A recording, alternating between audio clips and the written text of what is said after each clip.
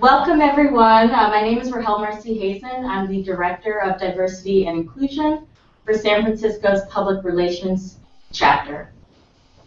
And I'm Ayele Ajivan. I am the co-chair of our Diversity and Inclusion Committee in San Francisco's PRSA's chapter. So we're so excited today to be hosting our first Google Hangout, and we're very pleased to have such a talented group of media professionals with us today. Today's discussion is about how new media is providing diverse groups with platforms to really authentically engage with different communities and to tell our stories, change the way that media reports on politics, current affairs, pop culture, and social issues. And so over the past couple of years, we've really seen some powerful movements taking place online. Some really interesting discussions: Black Lives Matter, Oscars So White, Not All Muslims. Those are just to name a few. And so we're really looking forward to hearing from some of the media professionals today about how these discussions are changing traditional media. Yeah. We have one programming change to note. Our original moderator, Benet Wilson, is no longer able to facilitate this discussion. But we were able to secure a wonderful replacement in Tracy Powell. Tracy is the founder of All Digitocracy, the go-to resource for information about all things digital and media, particularly as it relates to consumers and diverse communities. Tracy is also a Knight Journalism Fellow at Stanford University. Thank you for joining us today, Tracy. Thank you so much. Please take it away. Thank you so much. Hey guys, I am so excited to be here moderating this fantastic panel with a great group of diverse and passionate people about a topic that impacts the way we do our jobs. We're asking everyone to participate today, and you can do that by following us live on Twitter and using the hashtag EngageDiversityPRSASF. Again, that is EngageDiversity PRSASF, and if you use that hashtag, you'll be able to ask questions and post comments. So I'll start off by asking all the panelists to first introduce themselves, and then we'll jump right in. So we'll start with Jenny.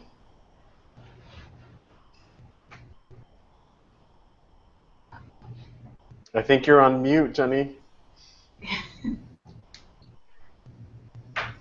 I can go while she figures out the mute button. Thank you, Jorge. Take it away.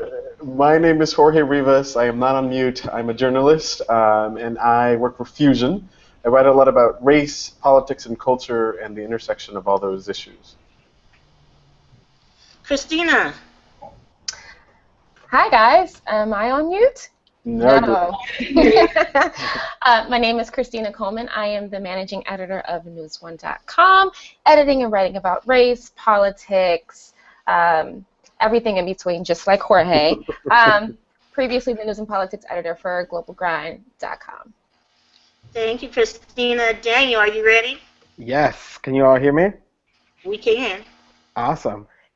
So my name is Daniel Leon Davis. I had the pleasure of working with Christina previously. I am the Senior Creative Director at SOZE, which is a social impact creative agency trying to build digital media campaigns all around the nation and really all around the world. And I'm also the Social Media Director for Russell Simmons. Very cool. Very cool. And saving the best for last, Jenny Yang, who's still on mute, it seems. I think you might have to, what helped me when I was having trouble was I signed off and then signed back on. So close the window and come back. Okay, come back to us. While we wait for Jenny to come back on, I just want to remind everyone to use the hashtag EngageDiversityPRSASF. Hashtag EngageDiversityPRSASF. And I'm going to go ahead and just jump right in and start with questions, and we'll introduce Jenny when she comes back. So Jorge, you get the first question. How has social media changed the way people are consuming and responding to news and current affairs? I think social media has definitely changed the way that people find stories and the way that newsrooms develop stories. So, for example, at Fusion, the majority of our readers come from social media. So they come from Facebook or they come from Twitter. And I think the other thing that's important to highlight is that social media can also elevate stories for newsrooms. So if there's a story that a newsroom's just not covering, social media and the power that people have with their retweets or with their likes can actually elevate something so that in a way it forces newsrooms to cover these stories. And social media can also change the way that stories are covered. I think that there's definitely people on Twitter and Facebook who can call out a writer and say, this is what you missed, or this is what you should include in this story, and I think that's also important to highlight. That's really interesting. I'm going to come right back to you to see if we can get some examples in just a minute, but I want Jenny to give Jenny one more opportunity to introduce herself. Can you hear me now? We can hear you. Oh, goodness gracious. Okay, hi. My name is Jenny Yang, and I'm a stand-up comedian and writer and host and sometimes commentator on social and political issues, because that's what I often talk about in my work. And so I'm so excited to be here and be unmuted and have a voice. It's like a literary, like a symbolic, device for this entire topic right now. Actually, unmute yourselves, diverse communities. Hey, I like that. I like that a lot. So, Jenny, I was just talking to Jorge about how social media kind of elevates stories and how it's changed the way that we as journalists even report stories in this day and age. Do you have some examples of ways that social media has changed news and the way we report news? Well, I mean, the first thing that comes to mind is Black Lives Matter. And with all due respect, since I'm not a journalist, I have to say, when folks on the ground are actually reporting on what's happening, it forces journalists to take notice, right? And so I think that's the best way to get our voices out there, honestly, these days, is not through gatekeepers. It's through our cell phones, right? So I think Black Lives Matter, to me, like, if we were to come up with, like, what's the most sort of impactful example of social media affecting real life and vice versa, I would vote for Black Lives Matter, personally.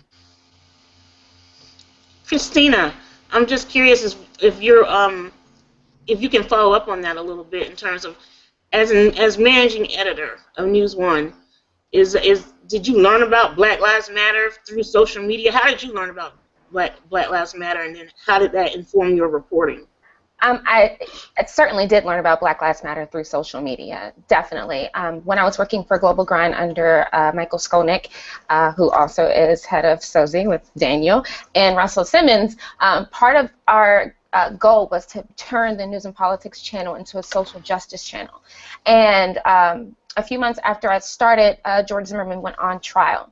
And it was then that I realized how important Black Lives Matter was. It was really a movement that was born from that tragedy. But it's not just about police violence, and I think that that's the beauty of it. It's about state violence as a whole. But I think that social media has changed journalism in so many ways. I say there's always like 4 examples that I use. It's changed the way that journalists report the news. It's changed how people have access to news. It's challenging erasure every single day, and it's holding folks accountable. And I think through all of that, you're seeing a change in landscape across just in communities, and especially in journalism. I mean, it's changing newsrooms. The fact that people are actually reporting on the stories, and we as journalists, the first thing I do when I wake up in the morning is go straight to Twitter. I don't even go to the wires anymore. I go straight to Twitter. And that's where I see those stories. And I've developed relationships with people and communities. And that's where you see those stories bubbling up, right? And really, I think that's what most journalists do. I don't know, Jorge, if you could speak to this. I mean, Twitter is your go-to. You have your tweet deck, and it's just that one place where you can go to look at all those stories. Furthermore, just to piggyback off of what Jorge said, 80% of our traffic comes from social media. That's huge, which means we have to be engaged with our audience. We need to know what they want to hear. We need to know what they're saying. And that's the accountability part. If we weren't listening to them, trust and believe they'd be quick to call us out. So, Daniel, we were just talking about Black Lives Matter, and Christina mentioned about audiences wanting to be heard. Can you, in your opinion, what's probably been one of the most powerful hashtags of the year in which people on social media made journalists hear them? Yeah, so I think it's hard to like reference anything without referencing Black Lives Matter, because I think in regards to like social change, that's been like one of the biggest hits. I will say, I mean, there's been amazing campaigns that I know my friends have been involved in as well, such as Stop Telling Women to Smile, right? And I know that that was like a huge narrative that it was like sort of powerful to see how I think both imagery, because I think that that's also been very powerful on social media, right? Like for the first time ever, we're not just the journalists, we're the photographers, right? Like I think about that all the time in the sense of like the pictures that we take at protests are oftentimes the pictures that end up on the New York Times. It's not a picture by a photographer, and it's thinking through that. But yeah, I would say Stop Telling Women to Smile. I think one that was powerful, so one of my coworkers, Tony Choi, he's super, super amazing, and one of the movements that he's connected me to was My AAPI Story, which was started by a 15-year-old Jason Fong, and I think AAPI communities are oftentimes like ignored on social, and so seeing that sort of like take its own play and become like a thing that journalists were talking about was powerful to see. I love that story. Can you talk a little bit more about what that was about and why it was started in the first place? Yeah, I see Jenny Yang shaking her head, and I know that she knows Jason as well, so maybe she wants to give some context to that story. Sure, she can do that. Jump in. Yeah, actually, I just met him because we both were able to get this amazing random award from the White House for Asian American Pacific Islander Heritage Month for art and storytelling. And he's literally like, 16 years old now, and he's so politically engaged, from Redondo Beach, which is the South Bay of Los Angeles, where I'm from. And he was just tired of not hearing his own story out there. You know, I think there was a specific incident that I can't recall for what instigated it, but he was like, "Oh, guess what? I'm 15 years old, and I just want to tell you about my story." And he was able to, being awesome as a storyteller and engaging with other folks online, he actually got all of these college students, Asian American college groups, to jump on. It's become its own thing. You know, like I was at Dartmouth College, and they themselves decided to just use the hashtag of My AAPI Story as the theme for their celebrating Asian American Pacific Islander Heritage Month, right? So, and they made it into a visual sort of exhibit on campus rather than simply online. And that's what I really love about these concepts, is that if you can, boil something down to just as simple as My AAPI Story, and it's powerful, it can actually turn into bodies on the street, or art that's live, or exhibits that are visual, right, in real life. Right. So My API Story started after, started because of the Republican campaign. Jeb Bush made a comment about anchor babies. Yes. And so this 15-year-old kid took to social media in response to what Jeb Bush said about anchor babies. And it is true what Jenny said. Asian Americans are typically ignored and are invisible, but I think that happens a lot with people of color in general. Yeah. So Jorge covers immigration, and so I wonder if you have any really juicy stories that you tackled this year in response to hashtags like My API Story. Well, just to continue on the hashtag idea, I think that the immigration movement, like I think that we would not have a lot of the legislation that we have today if it wasn't for young, undocumented immigrants telling their own stories and challenging the way, like for example, Drop the I Word was a hashtag. And that's something that started online, and it's actually been a long fight, but I think it really elevated when it reached Twitter and Facebook, and it challenged newsrooms who were using the term illegal immigrants to identify people who are in this country without authorization. And places like the Associated Press and Fusion, I think that there's ABC News, a bunch of places stopped referring to immigrants as illegal immigrants because of not a hashtag, but it was like something that was popularized by a hashtag, I think. The other one, I think, is the not one more. So whenever there's news of someone getting detained and potentially being deported, like there's this hashtag that people use to highlight that people are being deported and families are being separated. So I definitely think that young immigrants today have really changed the way that we talk about immigration and immigration reform, telling their own stories online. Can I add to that, actually? Yeah, just so we serve a primarily African American base. Our readership is mostly African American women between 35 and 54, although we've been working to make that more inclusive. And I think that the hashtag activism of young undocumented immigrants online has really been inclusive for all. And so for our audience specifically, it's really helped them understand that immigration is not just at the border, as some folks would like to say, but that it includes brown and black faces. There are black immigrants, black Caribbeans, and that's also a part of Black Lives Matter. When you say Black Lives Matter, we're not just talking about police violence or black trauma in that way. We're talking about state violence on the level of like immigration and education and all those things. So it's amazing to see that this isn't just for a certain community, that it has really embraced, or really has raised awareness among different types of communities. And I think Daniel, who I was going to go ahead and give this shameless plug to him for hashtag I am an immigrant, can speak more to that. He's heading this amazing campaign right now where people are taking to social media to say I am an immigrant and breaking down those walls and those misconceptions and those perceptions. So Christina, what you and Jorge are describing is hashtag activism. And so we've heard a lot about this hashtag activism. In fact, we've heard a lot of criticism about it's all talk and no action. But what you all are saying is actually having an impact.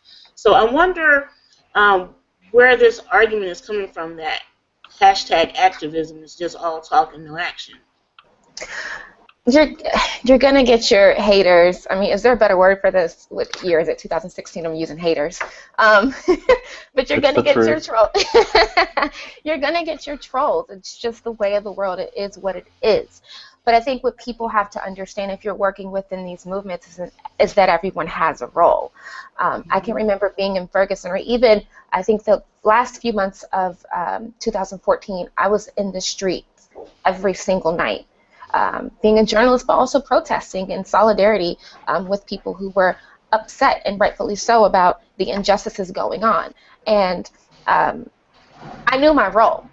Even though I'm here in solidarity, I knew that I was a journalist, and I had to go home and file a story and be that voice for some people, and so I couldn't get arrested, right? And then there's some people in the movement that their job is to be on the front line. And then there's some people in the movement who use this hashtag activism to really create effective change. And we shouldn't go on about how it's just people complaining about things, because, I mean, Black Lives Matter is the example of how it mobilizes people and brings people together. I mean, we can even look at hashtags like Solidarity is for White Women, Mickey Kendall, and it really brought forth that black feminism movement back to life, right? And then we can even look at, I think it was At More and Again. I don't know if that was a hashtag, but that was just her being vocal on Twitter when the Zimmerman juror was going to come out with a book. And guess what? That Zimmerman juror didn't come out with a book. Even hashtag Oscars So White. It really it ushered in a new change for the Academy, and also made some entertainers come to terms with racism in the industry they worked in. It's working. Everyone plays a role, and we shouldn't shame people for being behind a computer because everyone has a role, and it's effective. And if I could chime in here, I feel like there's a couple things, sometimes I feel like, whatever is in the zeitgeist around people who really just love Twitter and maybe not connect with social movements in real life, that's still okay, because guess what? If they can capture and communicate on something that captures other people's imaginations, then it is the job of the folks who are on the ground who take on those other roles in real life to connect with that, right? You know what I'm saying? And I feel like sometimes that with hashtag activism was used as a pejorative against people who were just really fluent in being on social media, you know, and maybe they didn't do individual in real life activism or collective activism, and that's fine. But you know, I think it's incumbent on us as people who see ourselves as a part of this larger movement, right, to then, you know, enlist those people who stand out in being really good, say, on being online, in order to you know, come together and make it all work together, rather than, you know, let people criticize that person or people as only people who are good at tweeting, you know, for example. And just like Christina mentioned, that the haters will show up, I think that this is an ongoing argument, and it's happened with petitions, it's happened with peaceful civil disobedience or more confrontational civil disobedience. Like, it's an ongoing argument, and that this is the argument of today, like whether online journalism, online activism is good or not. So I want to kind of build on that, because hashtags do work, as we have seen, and I wonder how PR people can leverage the power of the hashtag to advocate, to engage with audiences. How do they leverage that power? And I'm throwing that out to Daniel first. Yeah. He's created a hashtag movement. Well, my team created a hashtag and a campaign. Thank you for the credit, though. No, but it's been, I think the biggest thing is like how my job oftentimes entails thinking through like how celebrities or how communities all around the world start talking about an issue, right? And so for me, I think it's also about the authenticity of like what's behind that hashtag, right? So for me, being undocumented for 19 years, even when we kicked off Immigrant Heritage Month 3 years ago, right? Like the immigrant narrative is something that I had to come out as a dreamer. I used social media to come out as undocumented. And so I think that the biggest piece in regards to authenticity and how PR people connect to it is like being willing to tell those stories, right? Like we're constantly having to hit up journalists and hit up people to tell the story, because it's not like it just happens automatically. And it's thinking through that and like, how is it that we continue to expand what we're building? Christina, do you have, I know you're a journalist, but I'm curious about how PR people might be able to leverage the power of the hashtag. Do you have any suggestions or advice? Man, you got to get your team right. I mean, as we see with Hillary, it ain't working. You know? I mean, you can't just, I think that social media has given people the freedom, and it's empowering in a way that it's people can, you don't need permission to start something. But I think especially when we're talking about PR, you have to be authentic and you have to engage with the community that you're trying to either serve or connect with. And so, like, for example, her abuela hashtag. I believe that, yeah. Oh, yeah. It was so tone deaf. It was, I mean, it's absolutely ridiculous. Let's just stick to what you know, right? And get those experts in there. And that's like also speaking about erasure. So if you want to connect with a certain community or a certain group, it's important to make sure that you have those voices represented in whatever you're doing. And in that way, it's authentic because the conversation is more nuanced, and they can say, yeah, I don't think that is a good idea, you know? And so that's also how social media is combating that erasure. So media organizations need to have people of color on their team, and they need to be authentic in order to resonate with online audiences. Absolutely. Go ahead, Jenny, talk to me. No, I was just saying, like, you know, I feel like what's beautiful about, say, Twitter or being on social media is people can smell the inauthenticity, right? Like, if they could just smell if it's branded or it came out of some weird, like, focus group, or, like, you know what I mean? Like, if it doesn't authentically come out of some kind of conversation. And I feel like that's what usually these hashtags come out of. It comes from a stream of thought that triggers people's, imaginations, that makes people feel something. And so someone decided to put a word to that, and it worked, And that's usually what lights things on fire. But, but mi abuela, like, really? Like, how are you going to, like, just graft on what sort of some random person's, non-Latino person's idea of what Latino culture is and be like, oh, okay, well, let's just call Hillary Clinton my abuela. No. Okay? It's like a poor plastic surgery job or something. Let's just not graft it on. Well, Jorge, Hillary Clinton has a team of Latino voices on her side. What went wrong? How could she have avoided that pitfall? That is a controversial question and answer, I think. I mean, I know that she definitely has Latinos in her team, and I know some of them, and I think that they actually have power to change these conversations. So I don't know what went wrong. I think it's complicated because you have, like, Bernie Sanders, for example, has Theo Bernie, which is Uncle Bernie, and for some reason there it feels more authentic. So I think it's a difficult question that I don't know. I think other people here may have more to add. I think maybe that it's great to have people on your team, but if you don't listen to them, you'll wind up falling into those kinds of holes if you don't listen.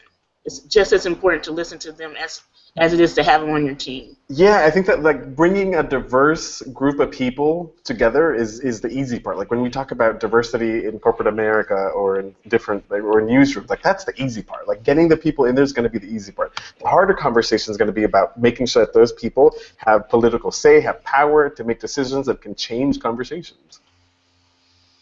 I'm going to move on to another question, and Daniel's been kind of quiet, so I'm going to call on him. How do you find online conversations, trending conversations that you like to participate in?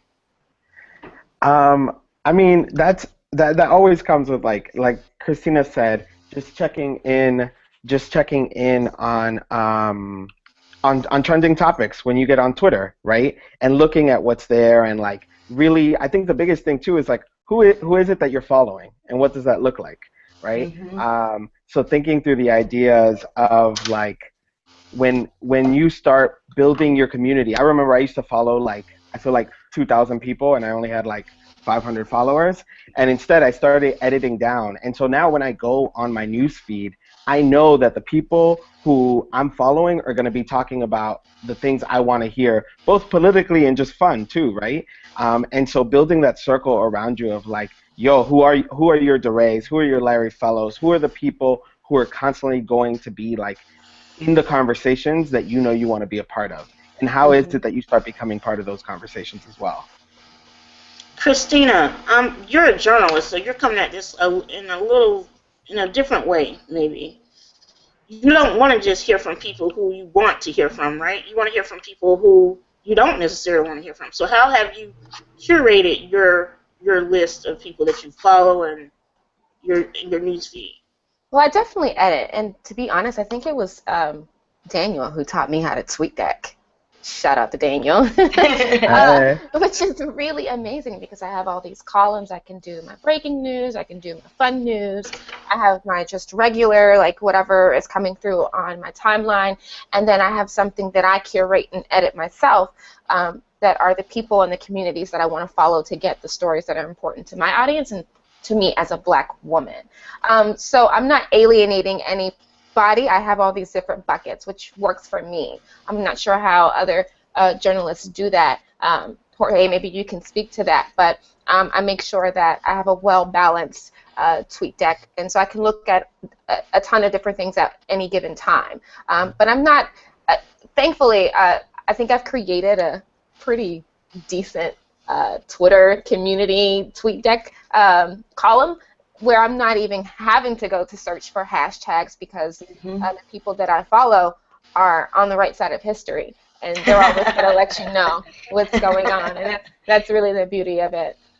Well, you guys will have to teach me how to master TweetDeck. Hey, what have you done? How have you done it? I like Twitter lists, so you can make private lists or public lists and just like add people into those lists. I think TweetDeck I like to use sometimes, but lists just feels like it's in Twitter and just easier for me to manage. I think it's important to find influencers that also retweet other people. So just as much as they talk about themselves or highlight their own work, that they're also highlighting other voices that may not have as many followers. Mm-hmm. And so I think that's a good way to identify new stories and new people that have interesting takes on stories, is by just making sure that you're following people that aren't just talking about themselves. Jenny Yang, who are your favorite people to follow on Twitter? Oh my gosh, I can't even begin. Like, what really helps for me is once you kind of curate all of your favorite followers, sometimes on your phone you can get a push notification of like so and so, so and so, and so and so of your follow list have just liked a certain tweet, and I love that because if you already know who you trust and then they're looking at something, I just go there, and of course, like Asian Immigrant History Month hashtag just happened today, and I was like, oh, I'm on it, it's exactly what I need. But yeah, like I feel like what's beautiful about social media is that it's social, right? So you want to be able to, our jobs is to connect with other people. And so if you don't just talk about yourself, you retweet other people, hopefully you offer something of information for folks, put it in like a clever, or I use a lot of all caps, I don't know why. But it just feels right to me. If you put it in a certain way, then I feel like you're adding something to someone's life. And I think I always look for those people who I could tell that they're like very active behind what they write. I want to return back to a topic we visited earlier about Black Lives Matter. And it's a lot of people consider it the modern day civil rights movement. I don't know if you agree with that or not. But that Black Lives Matter was started by a queer woman. And so I'm just curious about how social media has, how does it include LGBTQ people? Do we do a good job of that? Yay or nay? Go ahead, Christina. I think if we're going to understand how Black Lives Matter has supported that movement, we need to understand where it began and why it began, and really give credit where credit is due. And it was started by 3 women, Opal Tomate, Alicia Garza, and Patrice Cullors, and 2 of those women are queer. And when they started, and in the conversations that I've had with them over the years, they make it very clear to me that Black Lives Matter isn't just about state violence at the criminal justice level, right? It's about education, access to food. Black people live in food deserts, access to health care, immigration, which is what we talked about. And if you're not looking at Black lives at these intersections, Black and a woman, Black and a man, Black and gay, Black and trans, then you're not really here for Black Lives Matter at all. So the movement and people who really understand the movement have made it very clear. This is a very inclusive movement for different types of Black people or people of color, and they've made it, it's their agenda, and they've made it a goal to make sure that the people at that intersection, or the LGBT community, that they're protected in that way, and that we're raising awareness about their issues as well. And they've done a tremendous job at that. Daniel, I still believe that too often LGBTQ issues get lost on social media. Their voices are not as heard as some other communities. And so I'm wondering if you have any best practices or guidelines about how people can elevate their voices on social media. How do you keep them getting drowned out? Can you repeat the beginning of that question? I missed it, unfortunately. I said that some people's voices are still not heard as loudly, and a lot of times those voices do belong to LGBTQ people. And I'm curious if you have any advice about how people can elevate their voices. How do they keep from being drowned out? Yeah, I think one of the biggest things is like making sure that you have people who understand, as Christina was saying, that piece around intersectionality, right? Like, I just came from the Brioxy Summit, the White House, the first White House Summit around innovators of color. And one of the pieces that we were talking about that Cece McDonald, who's a trans activist, was speaking about was like, how is it that as a trans woman, she is expected to stand for Black Lives Matter, but as a Black Lives Matter movement, they're not always expected to stand for trans issues, right? And I think that that's the thing about holding each other accountable. And we've seen it, right? And sometimes I think it's been hard on us because we see how our communities also have to hold each other accountable on social media. As someone who is who identifies as undocumented, or who was formerly undocumented, identifies as gay, is married to a man, right? Like, I see that happen. Like last year, when the Supreme Court decision came down, and the hashtag Love is Love sort of like came back, it was really interesting because like putting my husband and I out there, and it was actually part of a campaign for Immigrant Heritage Month last year, putting my husband and I out there like automatically meant getting hate. But I had so many people in my community who were like, no, actually this is a voice that needs to be heard and what this looks like. I think something I think about all the time is I have the privilege of having access to accounts that I know when I want something uplifted, I can make sure it gets uplifted. But there's also like what I think about all the time is like, who is the kid or who is the little girl who's not getting the retweet in the middle of some place in Florida, right, which is where I'm from? Who's the person that doesn't have access to that, and what does that look like? So basically, you're saying, what I hear you saying is that you make sure to follow influencers and maybe tweet influencers because you never know when they might retweet you and elevate your voice. That's definitely a piece. I think what we've seen is like, with the reason I hate the whole hashtag activism idea is because online organizing is still organizing. Right? And so I think part of making your voice heard is how do you connect to people who are also trying to make their voice heard around that issue, right? Like that's what happened with Dreamers. Dreamers decided pretty much as a collective to be like, yo, we're being ignored, so we're literally going to just do what's taboo and just start telling people out loud that we're undocumented. And then you kind of have no choice but to listen to us, right? And so that piece I think was important. I want to kind of follow along those same lines about political activism and organizing. Do you think social media can be used by politicians to sway voters? And I'm going to ask Jenny this question.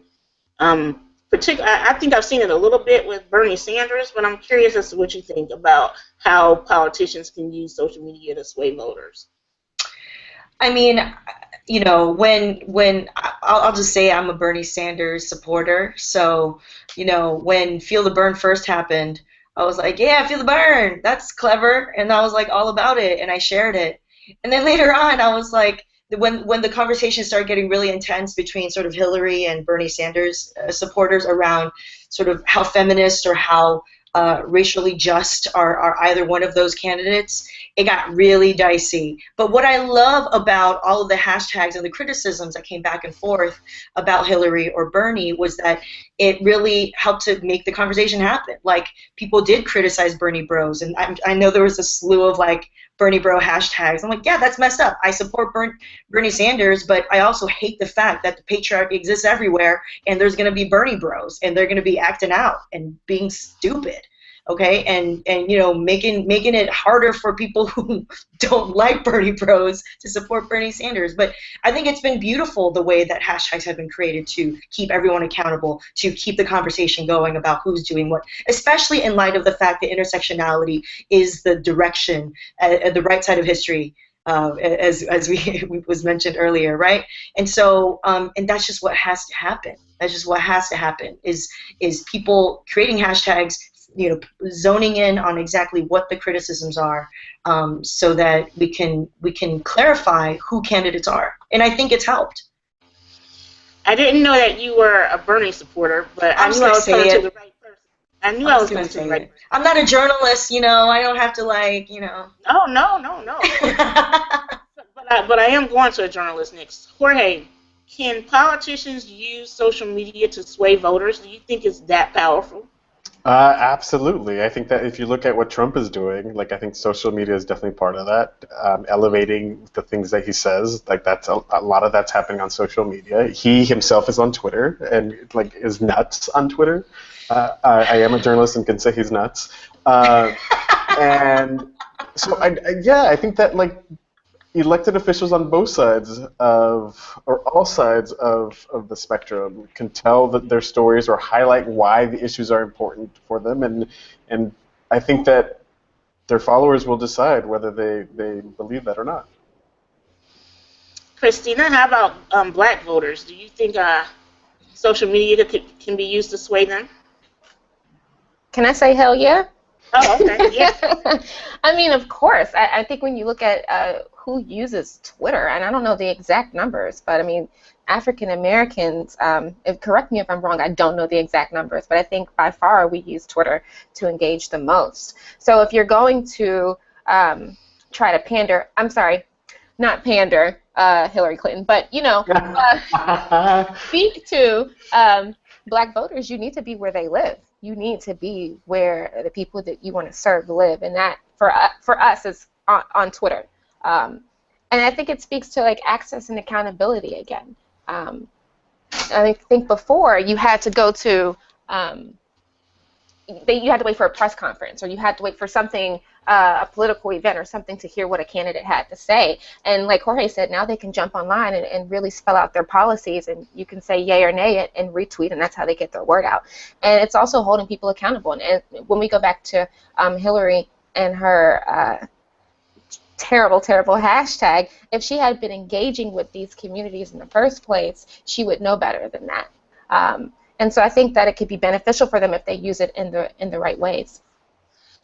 And you highlighted research from the Pew Internet Center for Research, and I think that research found that black internet users are more likely to tweet than other internet users on Twitter, and Latino internet users are more often on Instagram, or use Instagram more often. And if you're looking for white women, you can go on Pinterest, according to all that research. And I'm pretty sure they didn't mention Asian Americans, but Asian American Tumblr. There you go. Oh, that's true. Same. Asian Americans on Tumblr. I have heard about that. So, Jenny, I'm going to the other, the celebrity, Donald Trump. I'm going to Donald Trump.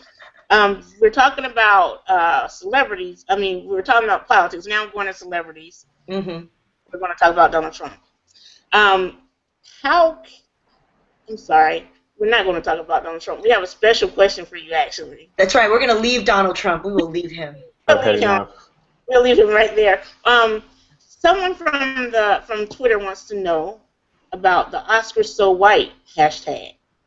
Many people said that movement was black only and not inclusive enough of Asian Pacific Islanders. Do you agree with that? No, not at all. I know that there was criticism, and I know that the originator of the hashtag actually clarified that it's specifically Oscars So White because it's talking about whiteness and the rest of us who are not represented on mainstream platforms, right? So, definitely I don't agree with that criticism, even though it has been a part of the conversation. And I think, there's a lot of work that needs to be done sort of from Asian American voices with in terms of talking about race and connecting with Black Twitter, other folks of color.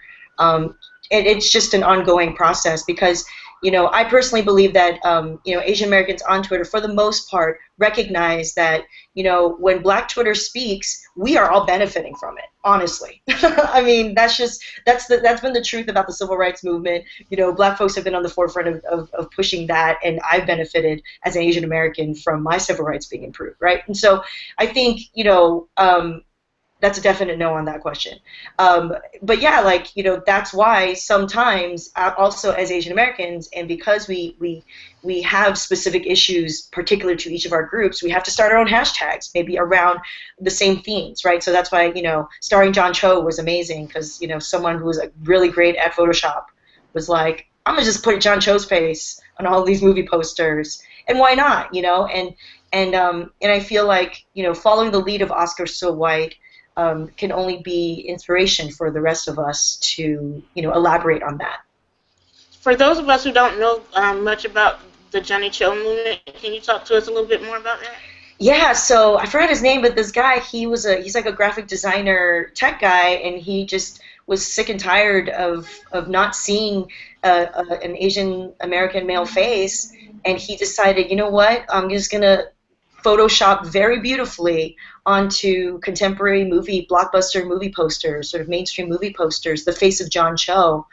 It's like John Cho, I don't know, on Star Wars, or there are any number of sort of films, a romantic comedy, John Cho's face on, an action hero, movie poster, and it really got a lot of attention because we are also in a visual culture, and it's very retweetable, very shareable on Facebook, and they did a great job, and so many other people hopped on board. Another person actually sort of elaborating on the virality of starring John Cho and the concept of it started a hashtag starring Constance Wu because she's a breakout star from Fresh Off the Boat on ABC, right? That sitcom. And so, I feel like that was a really beautifully done sort of hashtag that accompanied with it some great visuals. Johnny Cho is actually the profile picture on All Digitocracy's fan page right now. What? Yes, All Digitocracy. So, Christina, I want to come to you. We have another audience question, and this time they want to know about the innovative ways in which newsrooms are using social media. Well, obviously, like I said, we're able to watch these stories kind of bubble up from the beginning and go straight to the source, right? So in that way, that's an advantage. But I think what we're doing, and what I see a lot of Black media doing, is giving people who break these stories or start these hashtags a voice and a platform. Our sister site, Hello Beautiful, just released their 25 Women to Know list last week, and one of the women was April Rain, the creator of Oscar So White. And so it's giving people that space, not just on Twitter, but giving them a wider audience, and that legitimacy that people don't want to give hashtag activists, as they call it, or people online, to tell their stories and do so authentically and have that nuanced conversation. So I often go to people who are starting movements, who are involved in movements, because we want to hear straight from them. And I think that's how newsrooms are changing as well. It's not just I have a team of journalists who are going out to report on the story. I have the source right here, and this is what they have to say. Jorge, I'd love for you to weigh in about innovative ways that newsrooms are using social, but also take it a step further and talk to us about how it's impacting the news cycle. All right, so those are two big questions. The first one, I think, I'll start with the second one because that's the one I remember.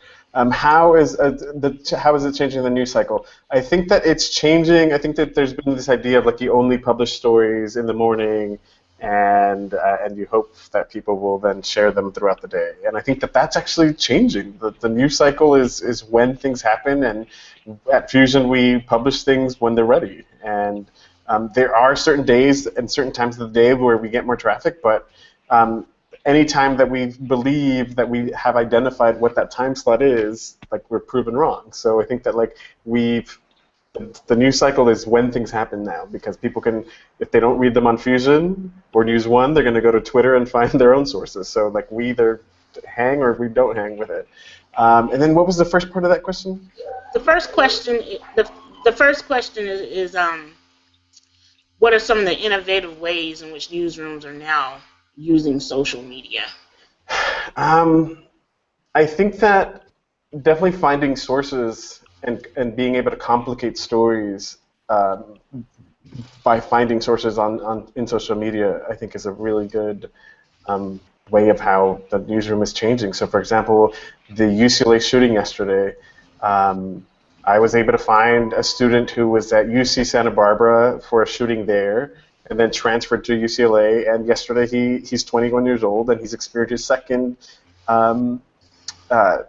school shooting. And I think that that's a really interesting story, because of, like, that's what young people today dealing with. And I wouldn't have been able to find that source if I had shown up to UCLA and like started asking people if like, have any of you ever experienced a school shooting? And so I think that I think finding sources, finding complicated sources that I think one of the things that all of us have touched on is intersectionality, where if I'm looking for a black trans immigrant, undocumented immigrant, like that's someone that we can include in the story now because we can go online and find them. I think one of the LA Times probably has found one of the most innovative ways, I think, to put social to use. And they created an entire beat dedicated initially just to Black Twitter. And then expanded to all online communities. But I found that really interesting, and I don't know if Jorge or Christina want to weigh in about whether they've seen, whole beats created at other news organizations or not. Yeah, totally. I think that was one of the points I wanted to make that I didn't get to make, is that when we talk about the changing landscape in newsrooms and we're holding them accountable, like, we need more of us. We need more voices, more people of color, or more people who live at these intersections in the newsroom. The response has been to create specific beats for these issues that we're talking about. Criminal justice beats and race beats that didn't exist before, Black Twitter beats. It's unprecedented.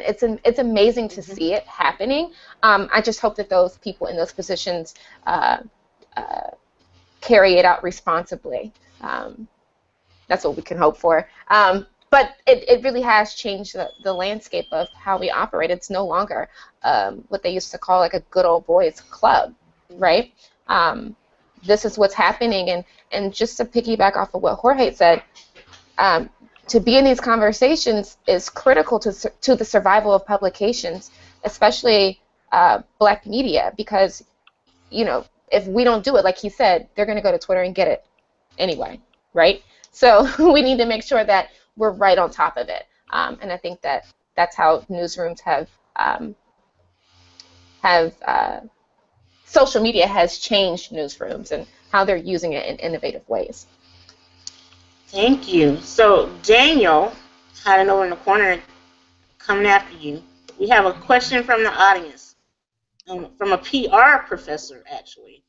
And the professor wants to know, how can he or she leverage their writing skills to be part of online conversations? How can he or she leverage their writing skills to be part of online conversations? Well, I think, one, it's like, my biggest thing has always been, I remember one of my professors, Stephen Dudley, he is a professor actually not in PR, and he works within organized crime in Latin America.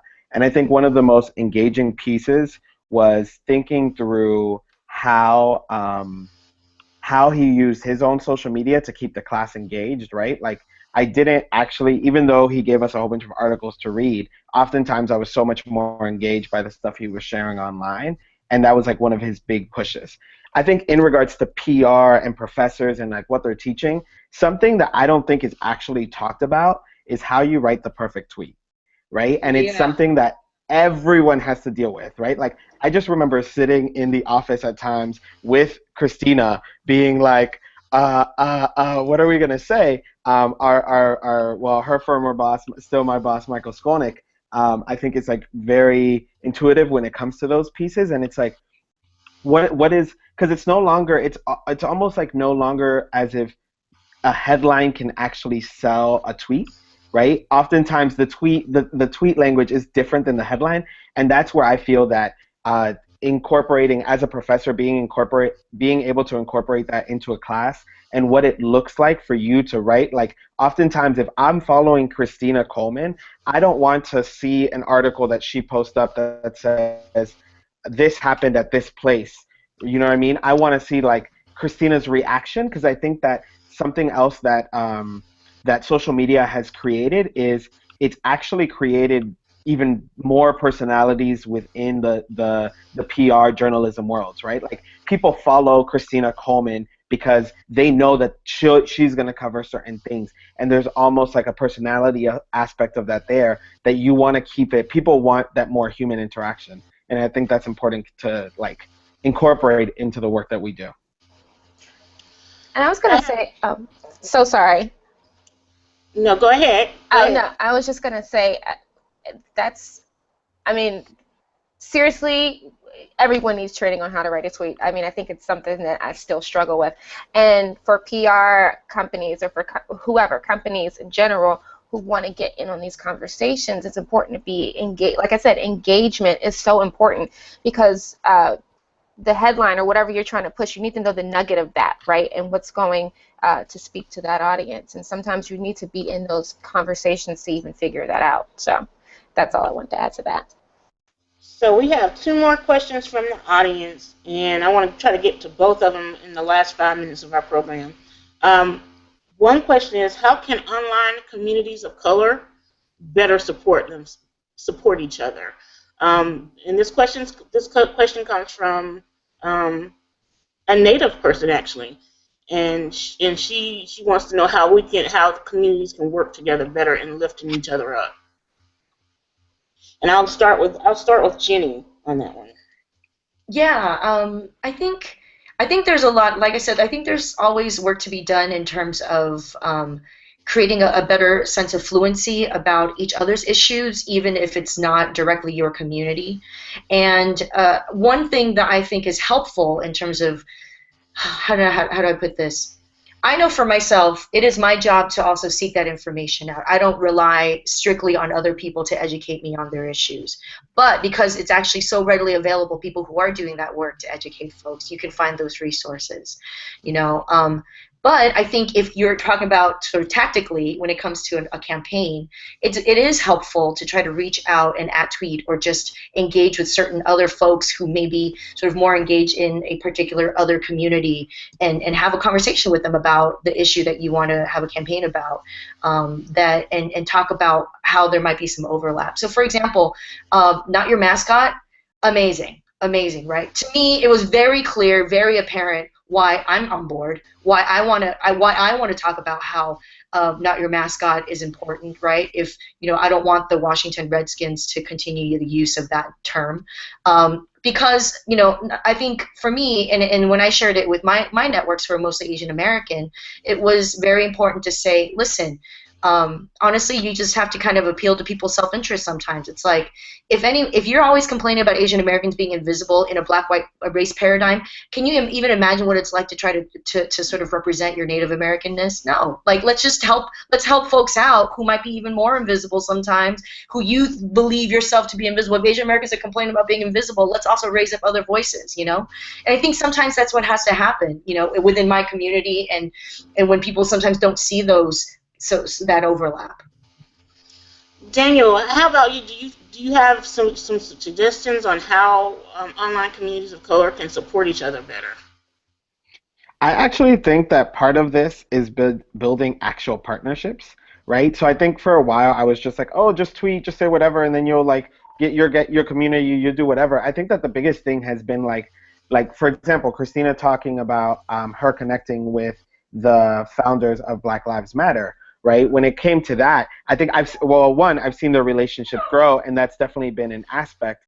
But thinking through like, how is it that we build actual partnerships, right? Like, how is it that we build it so that I can actually not just DM you, but I can like actually call you and be like, yo, I actively want to support what you're doing, and I also want to be supported through you, right? Because that's what we're trying to build community, and that's what it looks like.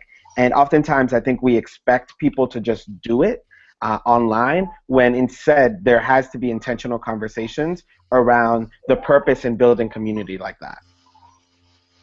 So this has been a really hot conversation, and we are going to go over by just a few minutes because we have a couple more questions from the audience that I really want to get to.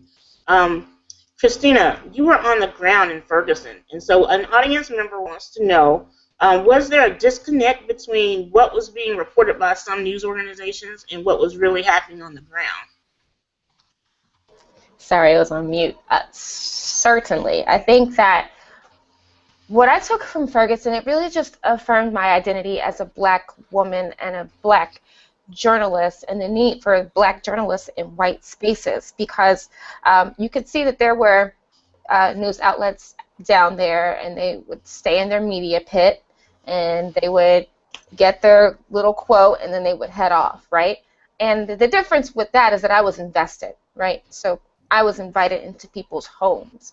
I had dinner with folks. I built relationships and got the real story. I was in the middle of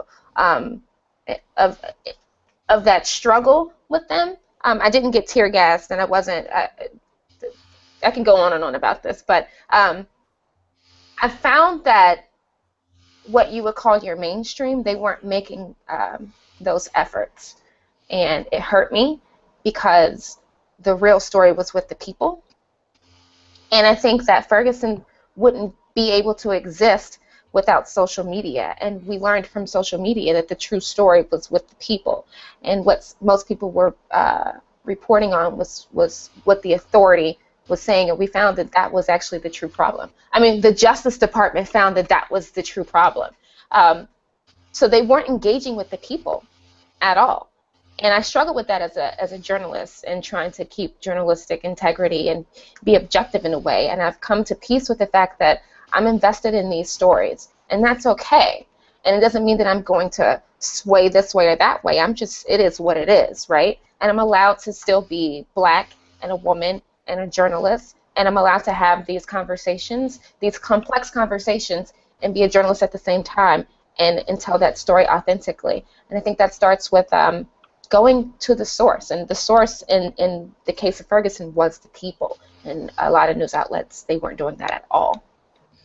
I had a young Black woman reporter call me in tears because she said those in the mainstream media were looking down at her because they thought she was getting too emotional. She started to cry during some of these events, and she was on the ground. And so some of the mainstream white journalists looked at her as if she was not being dispassionate and objective. And what she told me is that she was experiencing this, and she had to let herself experience these things. And my response to her is that it would have worried me had she not shown emotion. Mm-hmm. I think when you stop feeling is when you need to stop reporting. We need to have more of that. Yeah. So. Yeah, and I think that for people of color in particular who are reporting on these stories, that's okay. I want us to get over, I think we're riding that line between activism and journalism. That's okay because in a way we need that in order to tell these stories authentically. Like I said, we're challenging the status quo. We're changing the newsrooms.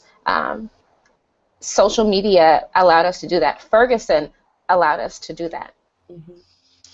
Thank you so much, guys. This has been an incredible conversation, and I promised that we would end just a couple minutes late. I want to say thank you again for joining the conversation. Thank you for participating. Thank you for sending your questions, and thank you for all the insightful comments that we received today. With that, I'm going to wrap, and unless you all have something more to say. You're awesome. Thank you, Tracy. Thank you. Thank you so much. You guys. Great talking to you. And we want to thank you guys. Yeah, we would love to thank all of you, all of the speakers, especially Tracy. Thank you so much for stepping in last minute. You really saved the day, and we're just like forever grateful to you. And I also wanted to give a special shout out to the audience as well. Thank you for taking the time out of your busy schedule to log in today and participate in the discussion. As you know, the discussion has been recorded, and it will be available next week to view. So thanks all. Thanks all. Have a great day. You too.